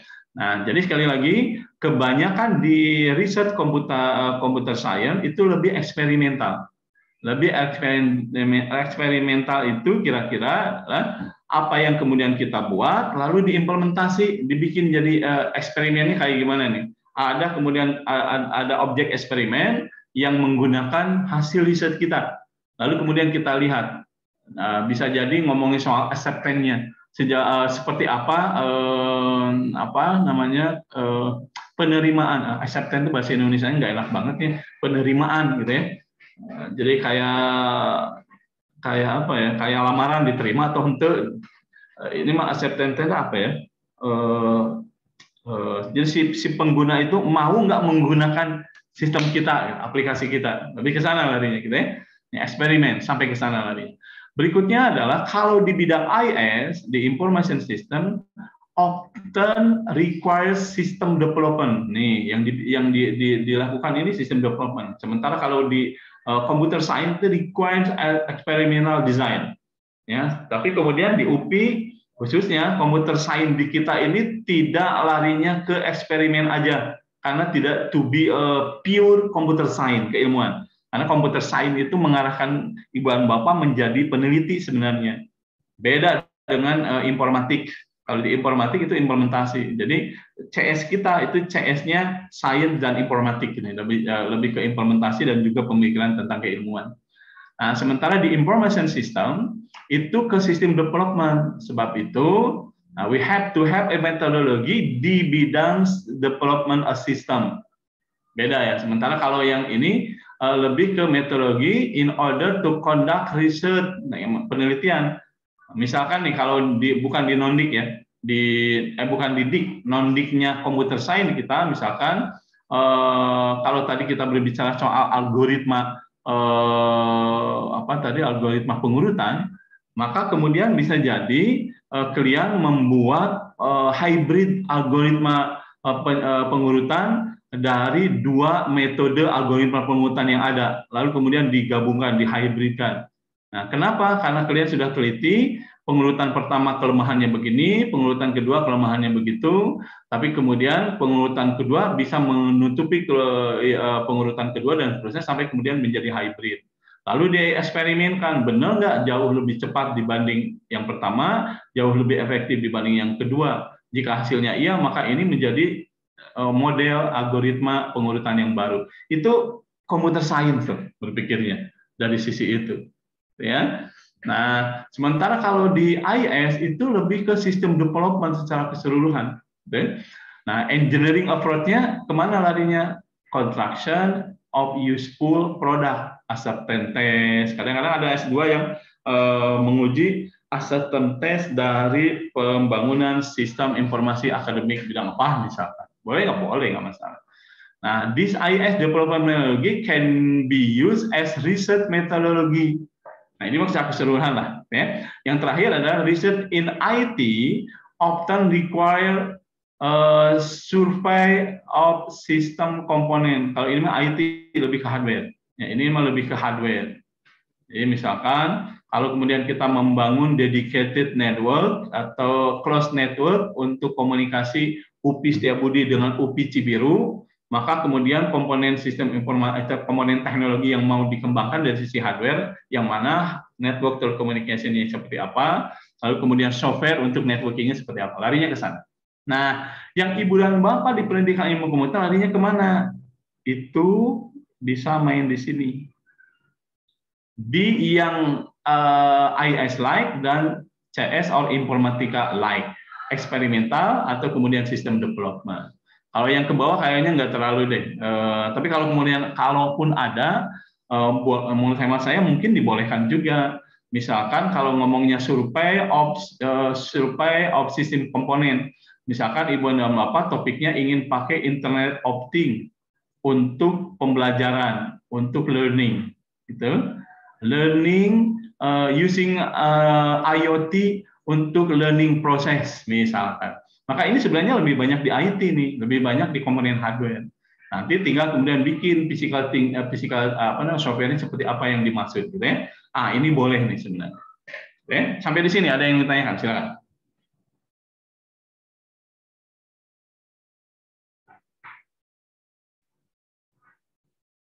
Tidak ada? Oke, kita lanjutkan lagi. Mudah-mudahan kalau tidak ada, itu artinya Ibu dan Bapak bertambah bingung. Nah, ini nih prosesnya. Nah, ini tidak terlalu lama lagi ini proses penelitiannya. Nah, secara umum proses penelitian itu berdasarkan rujukan Jainal Hasibuan itu pertama adalah define a problem. Lalu kemudian pengumpulan literatur. Makanya tadi disampaikan kalau bisa Ibu dan Bapak punya paling tidak data sekunder untuk mendukung permasalahan yang ada. Nah, tapi intinya tetap yang paling utama itu adalah define your problem in your topic. Topiknya ketemu, baru kemudian definisikan problemnya. Problemnya Can Ayah mau lari ke bawah, gitu. Jangan ujung-ujung problemnya Can Ayah lalu literatur di tangan. Ibu dan Bapak nyari literatur untuk permasalahan yang apa gitu. Kadang-kadang terus naon boleh kalau kemudian di awal sekedar untuk menemukan topik dulu. Saya senangnya dengan apa ya? IoT untuk pendidikan tadi seperti yang saya sampaikan, IoT for education. Cari papernya ada nggak? Ada. Terus mulai nih nyari topik aja sebenarnya. Nanti ketika dibaca Ibu dan Bapak akan ketemu masalah, baru nambah literatur yang mendukung permasalahan yang ada. Sampai Ibu dan Bapak tahu masalah yang masih belum terselesaikan dengan ide Ibu dan Bapak, lalu mulai dirumuskan permasalahannya apa. Setelah itu desain metodologi. Nah, ketika desain metodologi yang ada, maka di keseluruhan tahapan metodologi itu ada data-data yang diperlukan oleh Ibu dan Bapak. Analisis datanya, lalu kemudian rumuskan hasil penelitiannya, jika memungkinkan refine tuh hasil penelitiannya. mungkin dari awal lagi, mungkin saja balik lagi ke sini, gitu ya. Ini iteratif nih, tergantung dari temuan yang Ibu lupa rasa kurang larinya kemana. Nah, pertanyaannya adalah diagram alur penelitian ilmiah itu dapatnya dari mana? Oke, kita lihat hasbabun nuzulnya kemana. Ya. Nah, hasbabun nuzulnya adalah tetap di scientific inquiry. Ya, tadi kan sudah ditanyakan nih, harus di scientific inquiry. Apa sih yang dimaksud dengan scientific inquiry kalau begitu? Karena kita nggak boleh nih asal melakukan penelitian di bidang akademik, ini harus scientific inquiry. Apa itu scientific inquiry? Ini sebenarnya teman-teman yang keluar dari pendidikan di program studi S1-nya pendidikan harus paham nih. Sebenarnya sudah tahu lah scientific inquiry itu apa. Scientific inquiry memungkinkan kita untuk menambah pengetahuan dari dalam suatu objek tertentu yang kemudian kita angkat permasalahannya. Oke. Jadi dengan hal itu sebenarnya kita akan membuat kita lebih berpengetahuan tentang sesuatu hal yang kemudian kita angkat menjadi masalah, gitu ya. Itu yang terjadi. Yang kedua itu memungkinkan kita untuk dapat menjelaskan tentang sesuatu dengan lebih detail, lebih menyeluruh, gitu ya, lebih paham lagi. Kita bisa mengetahui tentang sesuatu tentang lebih jauh. Kenapa? Nah, tahapannya aja banyak kok, ya pasti bisa menerangkan sesuatu lebih menyeluruh dibanding orang yang tidak menggunakan riset metodologi secara scientific inquiry. Ya. Nah, lalu berikutnya adalah it will make you more literate or cultural persons. Itu artinya ini akan membuat kita menjadi lebih mempunyai literasi atau melek huruf dan melek budaya, melek fakta sosial dan seterusnya. Lebih melek lah gitu ya intinya. Okay? Lalu kemudian yang terakhir it will provide you more idea. Jadi lebih kemudian memungkinkan kita untuk mendapatkan berbagai macam ide, baik ide terbarukan dalam bentuk model, solusi, gitu ya, apapun. Itu kalau kita menggunakan scientific inquiry akan begitu. Nah, oleh sebab itu scientific inquiry is implemented in research methodology.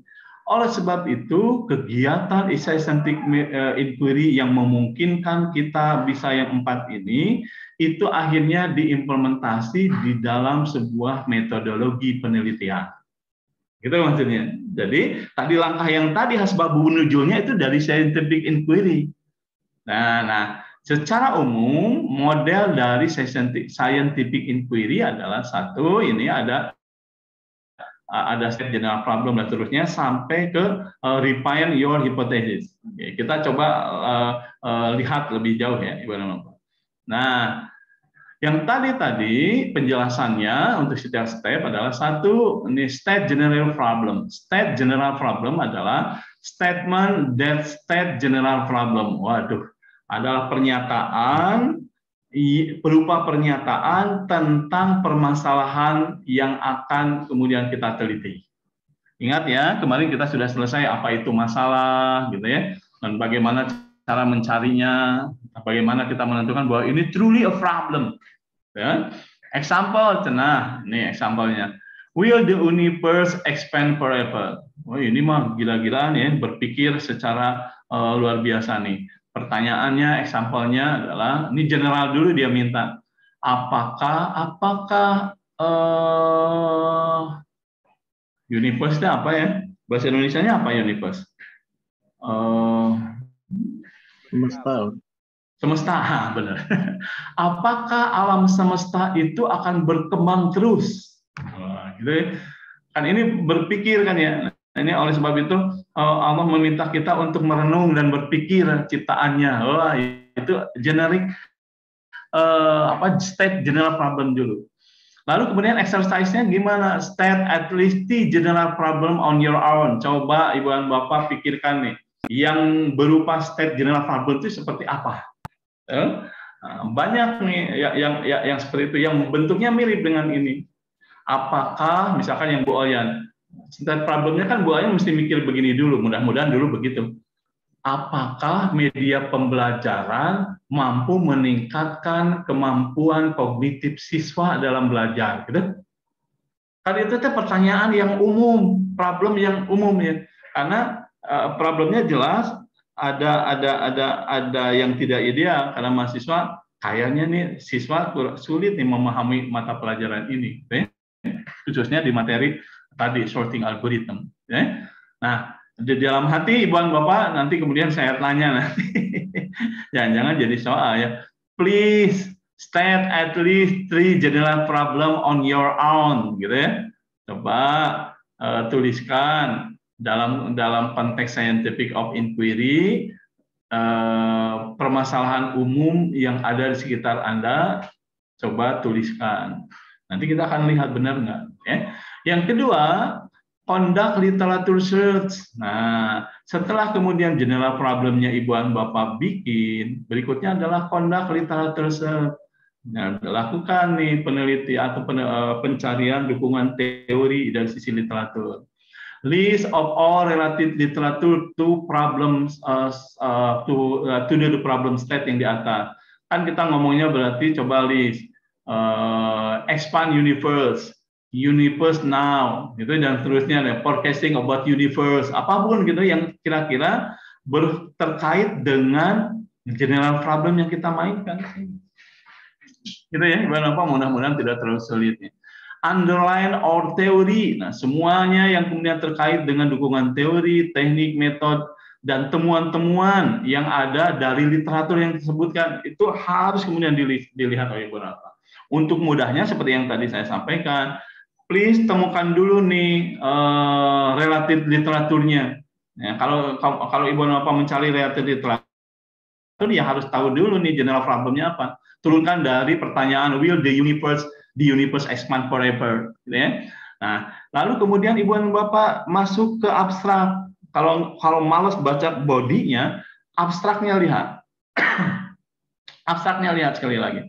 Jadi paling tidak abstrak itu berisi tentang masalah yang akan diselesaikan, itu cara mereka melakukan penyelesaiannya, metodologinya nih akan muncul nih, dia akan menggunakan teknik apa, metodologinya apa. Itu yang terakhir adalah kesimpulannya berupa finding, gitu, research and finding, research and discussion, ketemu pasti. Nah, dari sana baru kalau kemudian Bapak tertarik, terusnya, nanti Ibu dan Bapak bisa baca bab terakhirnya tentang bagian terakhirnya tentang kesimpulan. Ya. Nanti saya sampaikan ininya deh, bagaimana cara bikin dokumentasi dari paper-paper yang Ibu dan Bapak punya. Ya, saya punya pengalaman dan bisa menghasilkan sebuah framework ketika kemudian saya menyelesaikan S3 dulu. Ya, kenapa? Karena literaturnya dibikin sama saya, jadi judulnya apa, tahun berapa, penulisnya siapa, lalu kemudian isu yang diangkatnya apa, teknik dan metode yang kemudian dipakai apa, gitu ya. Lalu temuannya apa, rekomendasi dia terhadap temuan ini apa, lalu kemudian saya tuliskan nih di paling kanan asumsi saya, apakah ini bisa dipakai untuk topik saya dan terusnya tandain. Semua tiap paper dibegitukan. Jadi akhirnya kita dapat banyak hal di sana ya. Nanti dibaca, tolong conduct literature search, lalu critically analysis dari sisi weakness, strength, similarity itu banyak hal. Nanti kita bahas nih. Saya tampilkan mudah-mudahan minggu depan kita punya waktu untuk menampilkan itu terkait dengan khusus conduct literature search. Berikutnya baru kemudian state your specific problem. Ini ada exercise lagi Ibu Bapak ya. Apa itu state specific problem dibanding dengan state general problem? Statement of general problem to specific problem. Kalau tadi kemudian Bu Olian berpikir apakah multimedia pembelajaran itu mampu meningkatkan kognitif siswa, maka yang spesifiknya itu misalkan apakah multimedia pembelajaran dengan genre apa, dengan tipe apa yang mampu lebih efektif meningkatkan kemampuan kognitif siswa. Nah, kan banyak nih, ada game gitu kan ya, ada banyak nih, ada adventure dan sebagainya banyak banget. Contohnya nih, misalkan what are the factor cause universe expand. Nah, ini contohnya luar biasa nih, bagus nih. Kalau tadi umumnya berkata, apakah alam raya atau alam semesta ini selalu berkembang? Ini yang bikin orang Muslim atau bukan nih? Karena ini mirip dengan apa yang dipikirkan banyak orang di dunia ketika baca Quran. Lalu faktor apa saja yang menyebabkan? Nah, yang tadi juga yang Bu Oyan sama ya, bisa jadi ketika di literatur dilihat banyak banget sih. Ini multimedia pembelajaran, media pembelajaran di bidang algoritma juga banyak nih. Jadi ditanya lagi nih, faktor apa saja yang menyebabkan kognitif siswa sulit meningkat dalam pembelajaran algoritma pengurutan? Kan bisa banyak hal.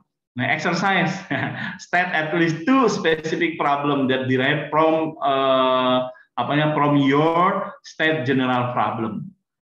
Ibu dan Bapak nanti bikin ya. Nih, state general problem Ibu dan Bapak apa? Lalu kemudian spesifiknya apa? Latihan nih, ya. Oke, berikutnya Ibu dan Bapak.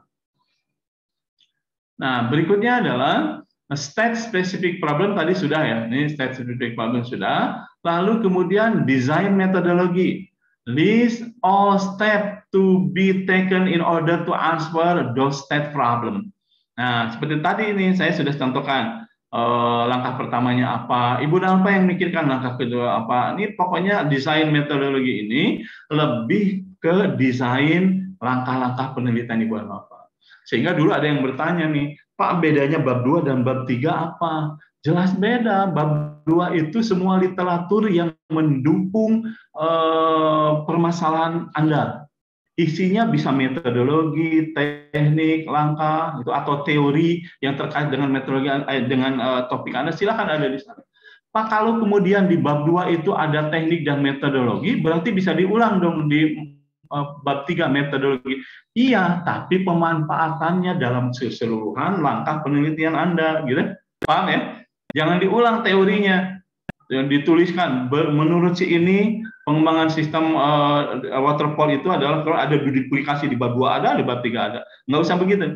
Desain metodologi itu makanya ketika ada mahasiswa tanya, Pak, di bab 3 judulnya metodologi penelitian, apa yang harus dilakukan? 3.1-nya paling tidak adalah merancangan tahapan penelitian kamu. Desain metodologi. Rancangan metodologi. Itu kayak gimana? Kamu rancang langkah-langkah penelitian untuk menyelesaikan permasalahan yang kamu angkat. Jangan copy paste dari orang lain karena ini distinct dedicated untuk riset kamu. Bisa jadi tidak sesuai, ini tidak bisa copy paste aja dengan penelitian orang lain, gitu ya.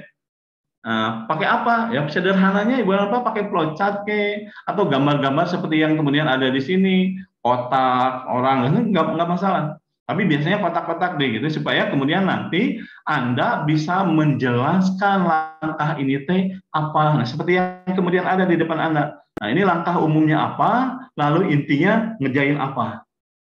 Nanti aslinya itu diisi oleh apa, faktualnya dengan data yang sebenarnya apa di bab 4. Pada saat Anda melakukan pembahasan. Di bab 4 Anda itu mengerjakan keseluruhan dari riset Anda sampai hasil. Guide-nya apa? Guide-nya adalah langkah-langkah atau state your design metodologi riset yang kemudian dibuat di bab 3. Paham ya Ibu dan Bapak ya? Nah, setelah itu baru nih masuk ke data gathering, lalu analisis, report, the research sampai ke refine. Ya? Oke, kalau ada pertanyaan silakan. Udah. Oke, sampai sana dulu. Ada yang ditanyakan silakan. Sudah selesai itu. Tanya. Mangga, silakan. Apa Anjar? Kalau misalkan desain daripada tesis itu samakah dengan seperti desain membuat skripsi, Pak? Yang sama apanya kira-kira? Apanya yang sama? Tahapannya? Iya, Pak. Ya. Dari bab 1-nya ada ini, ada itu, bab 2-nya ada ini, ada itu gitu. Nah dulu yang ditanyakan apa nih? Sistematika penulisan tesis gitu? Sistematika penulisannya sama yang tadi, Pak. Oke. Secara umum sistematikanya akan sama Ibu dan Bapak ya. Secara umum sistematikanya sama. Bab 1 itu pendahuluan isinya adalah definisi Ibu dan Bapak terkait dengan permasalahan yang diangkat. Topik, permasalahan, tapi permasalahan yang diangkat itu sudah permasalahan yang spesifik. Gitu ya. Kalau kemudian tadi saya tanya ke Bu Warjukni itu apa yang ditulis di bab 1, khususnya di 1.1 latar belakang masalah. Ibu apa boleh deh menuliskan temuan ibu tentang pemikiran general problemnya boleh gitu. Kemana aja dulu. Baru kemudian berpikirnya secara besar ke kecil gitu ya. Nah, permasalahan utama. Lalu kemudian sampai ke yang spesifik your problem, semuanya ada di sana. Gitu. Nah, di sana sampai di bab pendahuluan, di bab 2 itu mesti literatur. Mesti daftar pustaka, mesti daftar literatur, apapun judulnya, tapi isinya adalah semua dukungan teori, metodologi, teknik, dan tool yang terkait dengan topik. Ini topik dulu, ada di sana. Terkait dengan permasalahan yang diangkat, ada di sana. Jadi jangan aneh-aneh nih, kalau kemudian kita mau bikin multimedia pembelajaran, maka teori tentang multimedia itu apa ada, pembelajaran itu apa, multimedia pembelajaran seperti apa, genre-genre multimedia pembelajaran seperti apa, gitu, jenis-jenis apa, ada semuanya di sana. Jangan membahas yang lain-lain. Kalau ternyata yang diangkat di multimedia adalah algoritma, maka boleh itu jadi dukungan teori. Ada algoritma sorting yang mana yang mau diangkat dan sebagainya, itu dibahas semuanya.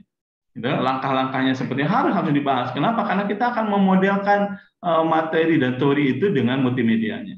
Nah, di bab 3 itu cenderung metodologi penelitian yang tadi kita bahas habis-habisan.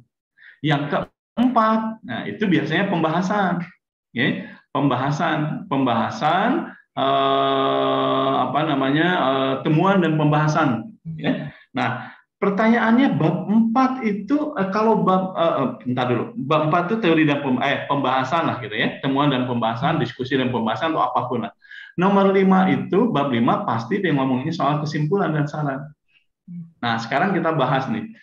Bab 1 itu biasanya semuanya sama sistematikanya dipandu. 1.1 apa, 1.2 apa, 1.3 apa, ibu apa tinggal ngisi. Di bab 2 yang bisa dipandu itu cuma judulnya, judul babnya. Isinya 2.1 apa, itu tergantung ibu dan bapak. Karena berbeda topik, berbeda permasalahan, topik sama, permasalahan yang diangkat spesifiknya beda, isi dari bab 2-nya beda. Betul apa iya? Ya. Nah, berikutnya di bab 3, metodologi. Metodologi juga beda. Setiap orang beda, yang bisa digait oleh lembaga itu pasti cuma judulnya.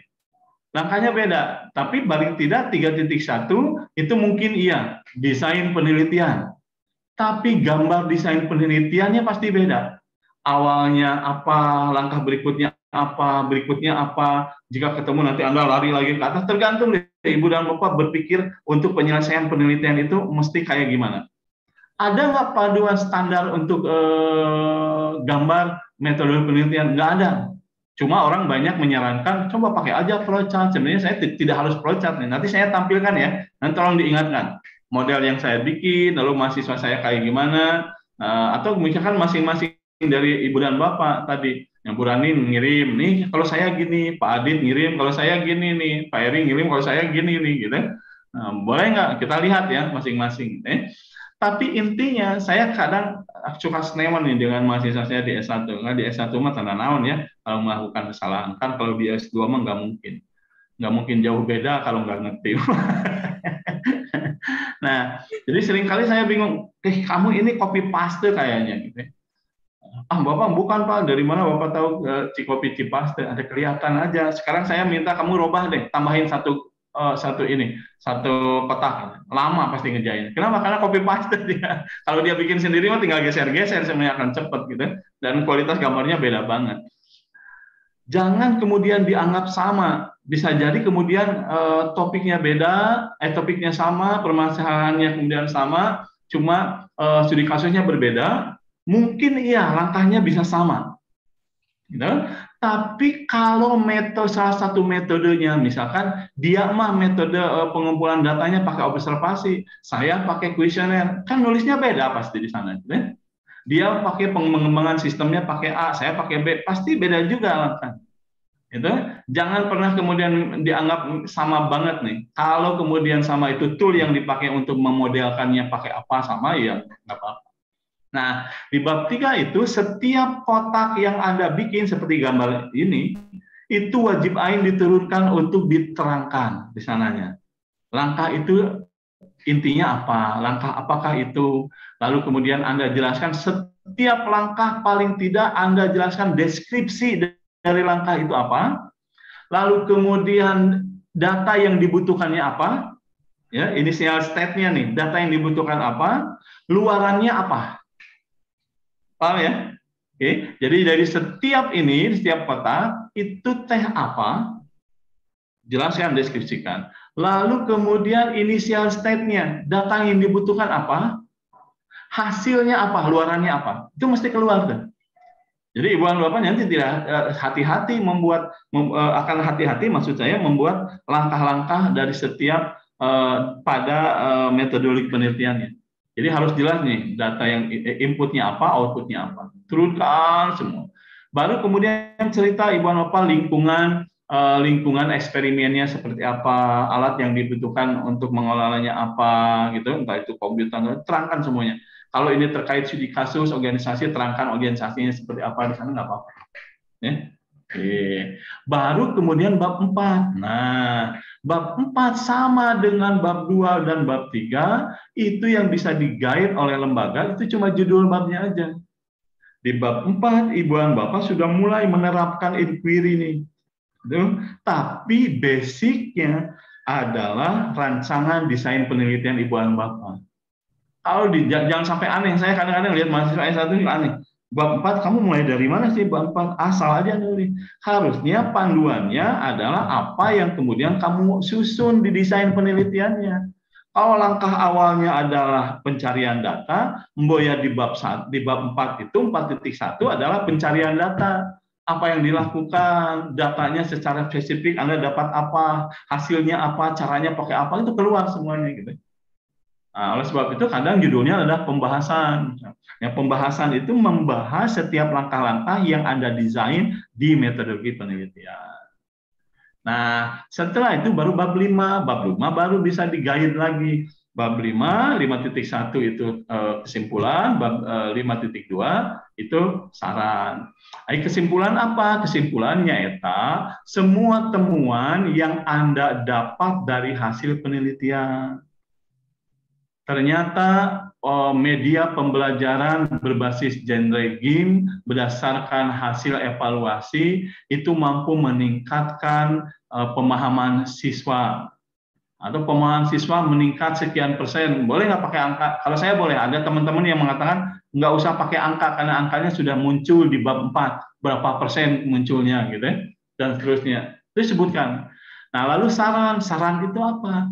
Saran itu adalah petunjuk untuk orang lain atau periset lain. Jadi Anda memberikan jejak atas semua yang tidak Anda kerjakan, tapi menurut Anda penting, atau saran yang untuk dikembangkan dari riset kita. Ke depan ternyata misalkan akan jauh lebih bagus jika metode yang dipakai bukan hanya kelas eksperimen, tapi harus ada kelas kontrol misalkan, seperti yang Bu Oyan ya, supaya jauh lebih efektif melihat, lebih objektif melihat tingkat meningkatnya pemahaman siswa terhadap materi short algorithm ini, ya. Nah, di bab 5 itu kelihatan tuh jujur tidaknya ibu dan bapak dalam melakukan penelitian. Karena katanya penelitian itu boleh salah asal jujur aja. Temuannya misalkan nggak ketemu. Ternyata multimedia pembelajaran yang saya buat tidak signifikan meningkatkan pemahaman siswa karena secara kuantitatif ternyata sama aja. Tapi Anda punya saran, tahu nih. Kalau kita menelitinya secara detail, itu tahu kelemahan saya apa sebenarnya, gitu. Tambahin tuh buat orang lain. Itu namanya kesimpulan dan saran. Begitu? Ibu dan Bapak, kalau daftar literatur nggak usah diomongin ya. Tapi kalau menulis daftar literatur harus hati-hati. Cara Anda mensitasi, kalau dia salah sih di UPI mah pakai APA gitu ya. Pakai apa ya? Nggak salah pakai apa. Atau pakai IEEE, pakai apa kalau nggak salah. Sehingga daftar pustakanya juga harus mengikuti format penulisannya APA. Ya. Begitu, Ibu dan Bapak? Ada pertanyaan? Silakan. Pak, saya mau tanya. Mengapa Alko? Ya, dari hasil penelitian itu kemudian ada kesimpulan. Apakah perlu ada rekomendasi, Pak? Ya, rekomendasi itu di saran Pak Alko. Oh, di saran, Pak ya? Rekomendasi itu di saran. Misalkan saran itu kan bisa saran yang berpotensi baik untuk pihak yang akan mendapatkan manfaat yang Anda tuliskan di bab 1. Misalkan saran bagi organisasi yang akan menggunakan model pembelajaran punya saya, itu harus menyediakan lingkungan yang terdiri dari A, B, C, D, supaya kemudian lebih efektif, lebih efisien, lebih baik, dan seterusnya. Gitu. Itu boleh. Atau saran itu berupa saran untuk orang lain untuk melengkapi riset kita, karena kita di riset itu satu tidak mengerjakan, karena kita tidak punya keahlian di bidang yang kita sarankan, atau kita terlupa tidak mengerjakan, atau memberitahu bahwa ada langkah lain untuk melengkapinya. Gitu. Itu rekomendasi buat orang lain. Saran Pak Dery. Siap, Pak. Terima kasih. Ya. Enggak, yang lain? Mau bertanya apa? Mangga, Bayu. Mungkin ini jadi flashback Pak, saya jadi flashback ke waktu saya sarjana.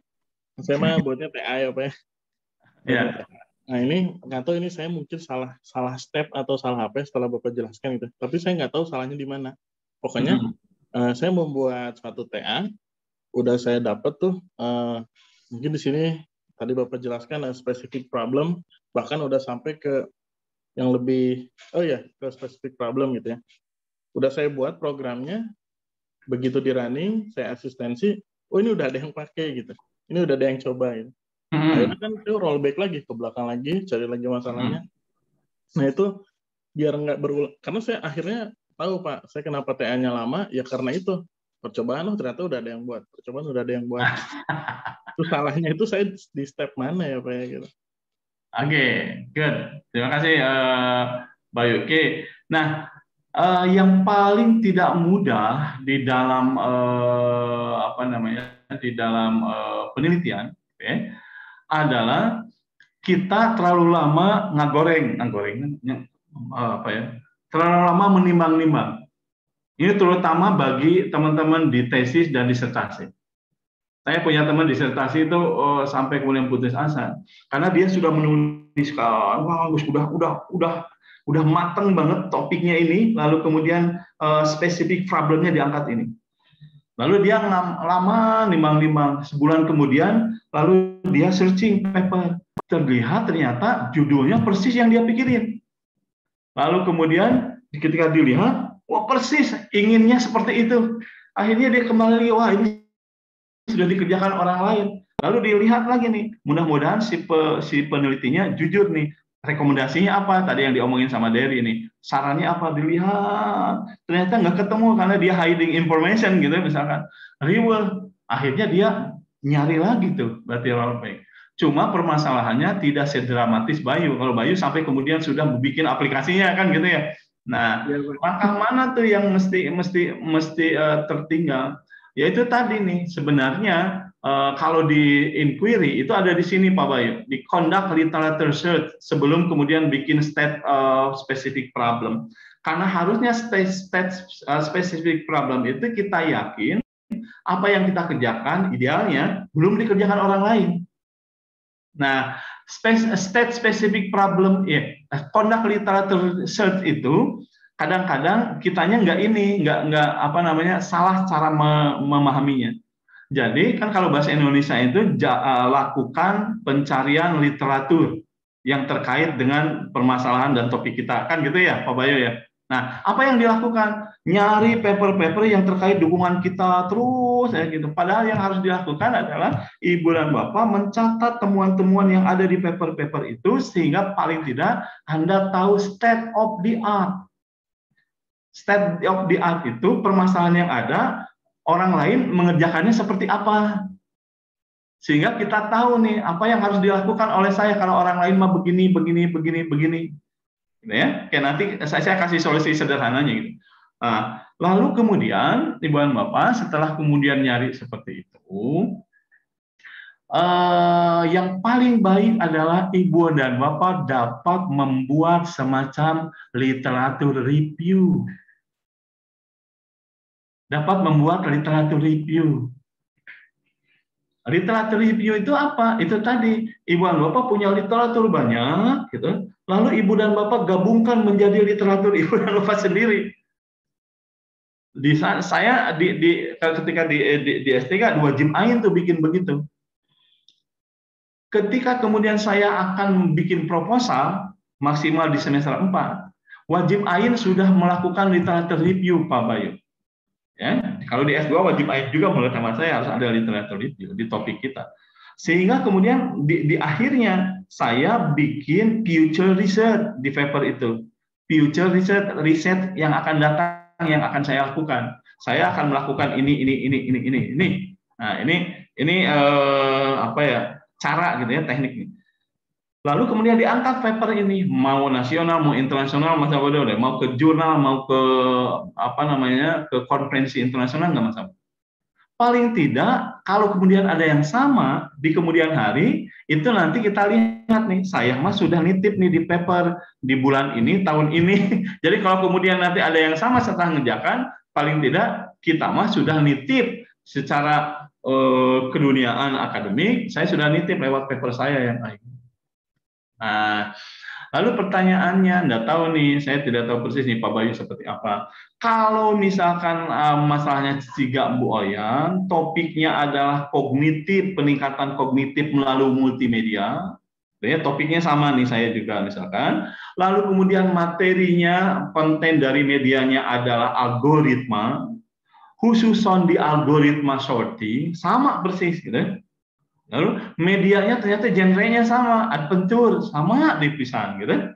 Nah, minimal beda di toolnya, Anda ngembanginnya pakai apa, atau studi kasusnya, Bu Elian di SMA 1, saya di SMA 2, karakternya beda kali gitu. Itu akhirnya jadi diperbolehkan. Kenapa? Kalau tidak boleh banget, Ibu dan Bapak lulusnya nanti 5 tahun. Jadi, tapi jam sama persis. Bu Olian studi kasusnya sama persis lah. Topik, statement spesifiknya persis, toolsnya persis, metodologinya persis, studi kasusnya persis, kelas yang dimainkan etak-etaknya sama. Itu asli duplikasi. Kalaupun pada kita mah paralel ngerjainnya, nggak mungkin. Pasti kemudian akan ada tuduhan-tuduhan lah ya gitu ya. Nah, yang Pak Bayu sebenarnya masih hiding tuh. Ini yang samanya apa dan seterusnya beda. Kalau itu tugas akhir dalam bentuk pembangunan sistem, beda tool bagi saya tidak masalah. Kalau persis sama banget tuh Pak Bayu, struktur database-nya sama, engine database-nya persis sama, kodifikasinya sama, itu berarti yang nggak boleh gitu. Tapi kalau kemudian diangkat dari sisi implementation tool-nya beda, bagi saya nggak masalah. Masalahnya sama persis, Pak Bayu pakai web based, sementara kemudian Anjar pakai mobile based, boleh itu nggak masalah. Ya, masalah nggak masalah. Gitu ya. Nah, pentingnya nanti bisnis proses engineering kalau mau. Begitu Pak Bayu. Jadi usahakan Ibu dan Bapak, oleh sebab itu di dalam inquiry gitu, conduct literature research itu di kedua setelah Ibu dan Bapak bikin statement problem secara generik. Untuk menentukannya menjadi khusus, Ibu dan Bapak butuh dukungan teori. Perlu tahu orang lain mengerjakannya seperti apa, sampai mana, dengan cara apa. Kalau orang yang mengerjakannya dengan metode A, ternyata untuk yang ini tuh metodenya A sampai Z. Saya pakai yang Z. Boleh nggak? Boleh. Nanti adu hasil gitu. Nah, nanti dalam penelitiannya kalau Ibu dan Bapak misalkan saya mengembangkan penelitian ini berdasarkan hasil penelitian orang lain yang menggunakan metode A gitu. Sementara kemudian saya membuat hybrid metodologi antara A dengan Z dihybridkan. Nah, nanti di pembahasan di bab 4, Ibu dan Bapak wajib ain bikin analisis compare kontras. Compare kontras analisis. Hasil teman saya itu begini, kalau saya dengan menggunakan hybrid hasilnya begini. Lalu plus minusnya kayak gimana? Wajib tuh ada di sana. Boleh? Boleh. Itu lebih enak kan ya, tidak usah repot-repot mencari topik, cari aja topik orang lain kekurangannya apa, metodenya dia A, saya mah pakai A dengan B disatukan boleh. Hasilnya gimana? Harus ada yang berbeda. Ternyata sama saja, metodenya A, sekarang saya pakai A dan Z digabungkan makanya sama. Minimal ketika Anda merancang A dengan Z itu susah gitu. Hasilnya apa? Baru kemudian di bab 5 temuannya apa dituliskan. Begitu Pak Bayu? Terima kasih Pak. Oke. Mudah-mudahan menjawab ya. Yuk, ya kalau kemudian enggak nanti minggu depan kita omongin lagi Pak Bayu. Siap. Ada lagi Ibu dan Bapak? Sudah 5:30 ya. Kalau sudah 5:30 saya pikir kita harus hentikan dulu supaya masih ada preparasi untuk maghrib ya Ibu dan Bapak ya. Nah, mudah-mudahan ada manfaat dan faedahnya. Ibu dan Bapak pahami bahwa hari ini kita sudah selesai berdiskusi tentang apa itu riset. Lalu kemudian kita mampu membedakan mana apa yang dimaksud dengan metode penelitian dan apa yang dimaksud dengan metodologi penelitian. Gitu. Lalu kemudian kita sudah membahas bahwa tahapan-tahapan di dalam metodologi penelitian secara umum gitu itu diambil dari scientific of inquiry. Step-nya mirip dengan dikembang-kembangin gitu ya. Sampai di sini mudah-mudahan Ibu dan Bapak mulai tercerahkan karena tadi sebagian pertanyaan itu mengarah ke mengarah ke faktual bagaimana caranya Ibu dan Bapak bikin tesis gitu ya. Mudah-mudahan tidak terlalu sulit bagi Anda untuk menemukan permasalahan yang diangkat. Di semester 1 sudah tahu apa yang harus dikerjakan sehingga langkah-langkah inquiry-nya bisa Anda kerjakan sampai kemudian menyusun tesis jadi gampang. Gitu ya, Ibu dan Bapak, jangan terlalu cinta ke UPI. Ibu dan Bapak cintai UPI sebagai mahasiswa S2 maksimal 4 semester. Kalau bisa 3 semester. Sekali lagi, mudah-mudahan ada manfaatnya. Mohon maaf atas kekurangan. Tetap sehat. Assalamualaikum warahmatullahi wabarakatuh. Assalamualaikum warahmatullahi wabarakatuh. Pengawai maaf Pak. Ya. Tadi saya kan mau ACC tadi spot. Ternyata belum dijadiin ketua kelas, tapi iya belum. Di pertemuan kedua, padahal di pertemuan kedua saya hadir. Oh gitu. Ya, nanti kasih tahu saja ya, Bu Ayan ke WA private message saja. Hari ini yang tidak hadir siapa, lalu koreksi terhadap kehadiran yang ada di spot. Saya punya 10 kelas semester ini agak repot. Dan semuanya baru selesai RPS, belum satu pun di kelas itu PIC-nya saya assign sebagai siap. Ya, gitu ya, diingatkan ya Bu Alian ya. Terima kasih Bapak. Ya, makasih semuanya. Assalamualaikum. Waalaikumsalam warahmatullahi wabarakatuh.